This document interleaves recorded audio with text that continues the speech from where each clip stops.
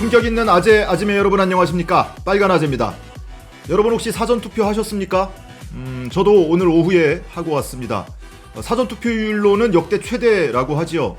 줄 잡아서 이번 선거에 투표를 하실 분들의 절반 가까이가 이번 사전투표 기간에 투표를 한 것 같습니다. 이 여세를 몰아서 본투표까지 포함을 해서 기대를 훌쩍 넘는 투표율이 나오기를 기대하겠습니다.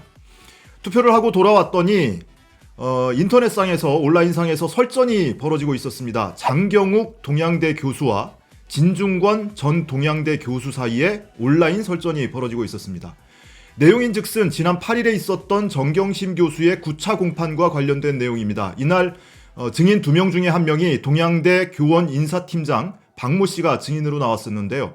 이 박모 씨의 증언 그리고 검찰의 발언, 변호인의 발언을 두고 사실 공방을 벌이고 있었어요. 우선은 장경욱 교수가 지난 9일에 페이스북에 이렇게 글을 올렸습니다. 그게 오보였다네요. 작년 9월 7일쯤 SBS에서 단독 보도한 게 있습니다. 정 교수 PC에서 총장 직인 이미지 파일 나왔다. 이 뉴스가 당시에 꽤 충격적이었지요. 세상에 오늘 검찰 측에서 밝힌 것 같은데 오보였답니다. 정 교수가 그게 오보인지도 모르고 교원 인사팀장에게 전화를 해서 이것저것 물어본 거라 합니다. 그 순간 여러 가지 생각이 듭니다. 이렇게 글을 이어갑니다. 이에 대해서 진중권 교수가 바로 다음 날인 어제 자신의 페이스북에 글을 올렸는데요. 손바닥으로 하늘을 가리는 거지요. 기꺼이 속을 준비가 돼 있는 문바들은 속여도 설마 재판장이 속겠습니까? 이미 다 드러난 사실 뭐하러 그런 속 들여다보이는 언론 플레이를 하는지. 지금 우리는 인지 부조화를 해결하는 저들의 방식을 보고 있는 겁니다. 앞으로도 계속 엉뚱한 소리 할 겁니다. 구경이나 하죠. 라면서 좌영길이라는 분의 페이스북 글을 공유를 했습니다. 그래서 좌영길이라는 분의 페이스북 글도 한번 확인을 해봤습니다. 제목이 변호인이 오보라고 하면 허위보도라는 제목의 글인데 정경심 교수의 연구실 PC에서 총장 직인 파일이 발견됐다는 보도가 오보라는 주장이 인터넷에 떠돌고 있다. 기레기 추적자라는 사이트는 공판 과정에서 오보로 밝혀짐이라고 적었고 동양대 장경욱 교수는 세상에 오늘 검찰 측에서 밝힌 것 같은데 오보였답니다. 라고 했다. 8일 정경심 교수 공판에서 오보라는 단어가 나오는 장면은 다음과 같다. 변호인이 그런데 오보였고 그 컴퓨터에선 직인 파일이 안 나온 건 아시죠? 증인 박모 씨, 그건 모른다. 그 컴퓨터에서 나오고 안 나오고 이거는.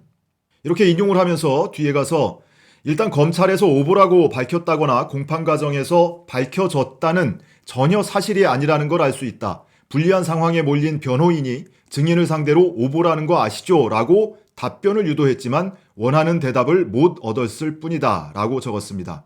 그러니까 오보라는 단어가 변호인한테서 나온 거고 이 변호인의 일방적 주장을 근거로 이것이 오보다라고 단정을 하는 것은 사실 왜곡이다 이런 의미죠. 진중권 전 교수도 이 좌영길 씨 글을 근거로 해서 손바닥으로 하늘을 가리는 거라고 이 장경욱 교수가 사람들을 속이는 거라고 주장을 하고 있는 겁니다.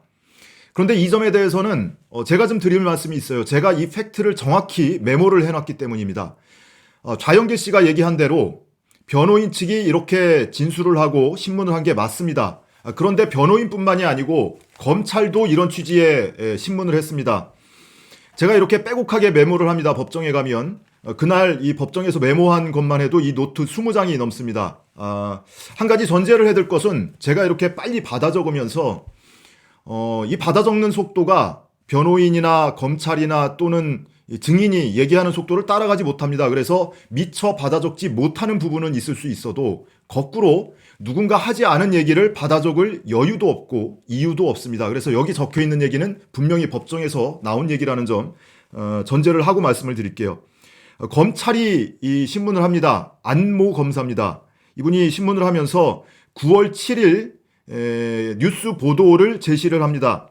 PC, 임의 제출한 PC에서 동양대 직인 파일 발견됐다라는 내용의 이 언론 보도문을 제시를 하면서 그런데 이 PC에서는 파일이 발견이 안 됐다. 증인은 이 사실을 알 수 없었죠. 라고 묻고 증인이 그렇다고 답변을 합니다. 분명히 안모 검사가 증인을 향해서 이 PC에서 파일이 발견되지 않았다고 신문을 했습니다. 그러니까 진중권 전 교수와 장경욱 교수 사이의 논란은 더 이상 가치가 없습니다. 끝났습니다. 장경욱 교수의 말이 맞습니다. 진중권 교수가 누구의 말을 반박을 하거나 공격을 할 거면 뭔가 본인이 직접 확인하고 사실관계를 정확히 안 뒤에 발언을 해줬으면 하는 바람이 있습니다. 자, 그건 그렇고 이 논란은 이제 종결됐다고 보고요. 그런데 정작 해당 보도 9월 7일, 지난해 9월 7일에 SBS가 내보냈던 단독 보도는 그 근거가 뭔가요? 이 직인 파일이 정경심 교수의 연구실 PC에서 발견됐다는 이 보도 때문에 스모킹 건이라도 발견된 듯이 아주 난리가 났었고요. 이 SBS 보도를 인용해서 보도한 언론 기사도 꽤 많이 나왔었습니다. 당시 SBS 보도에는 앵커 멘트가 이렇게 나갑니다. 어젯밤에 청문회가 끝나갈 무렵에 검찰이 후보자 부인 정경심 동양대 교수를 기소했습니다. 딸의 총장 표창장을 위조한 혐의입니다. 정경심 교수를 직접 불러서 조사하는 것을 생략하고 바로 기소를 한 건데 뭔가 밖에서는 모르는 증거를 더 갖고 있지 않겠냐는 전망이 있었습니다. 이 부분에서 저희가 단독으로 취재를 한 것이 있습니다. 정경심 교수가 사무실에서 가지고 나왔다가 나중에 검찰에 제출을 한 컴퓨터가 있습니다. 이 안에서 총장 도장, 직인을 컴퓨터 사진 파일로 만들어서 갖고 있던 게 발견된 것으로 확인됐습니다. 이렇게 보도를 합니다.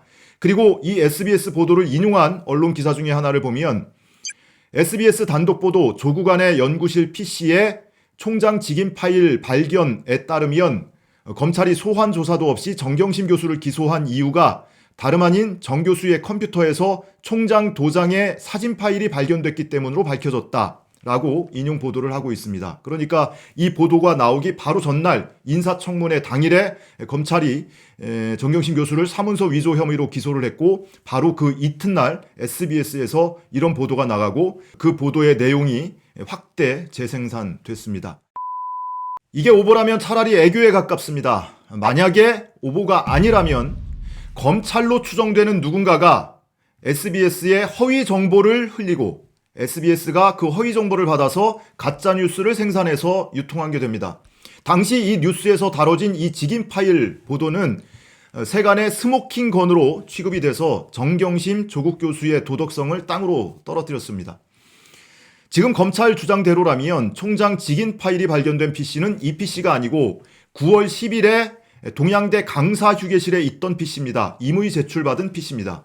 물론 그 임의 제출 과정과 사후 절차를 두고 위법 수집 증거다라는 법적 논란이 벌어지고 있습니다. 그 논란은 변론으로 하더라도 9월 10일에 검찰이 입수한 PC에서 발견된 파일이 어떻게 사흘 전에 발견이 됐다고 언론에 보도가 됩니까? 누구도 본 적이 없는 그 파일이 어떻게 사흘 전에 검찰이 발견을 했다고 언론에 보도가 나옵니까?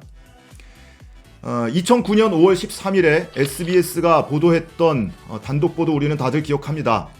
노무현 전 대통령을 죽음으로 내몰았던 그 보도를 다 기억하고 있습니다. SBS 이번에도 어물쩍 넘어갈 겁니까?